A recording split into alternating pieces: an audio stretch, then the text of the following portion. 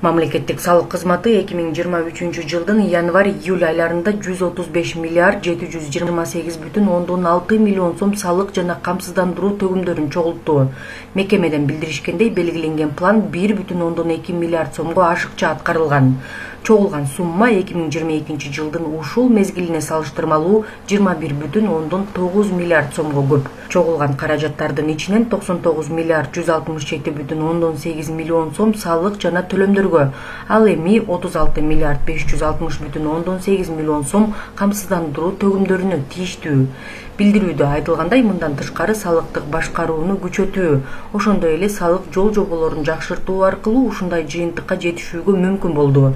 Ошондой эле экономиканын ар кандай тармактарын системалуу талдоо жана мониторинг жүргүзүү салык жыйноонун натыйжалуулугун жогорулатууга шарт түздү. Өзгөчө кырдаалдар министрлигине караштуу өзгөчө кырдаалдарга мониторинг жүргүзүү департаменти өлкө аймагында табигый кубулуштардан пайда болчу кооптуу аймактарды изилдейт.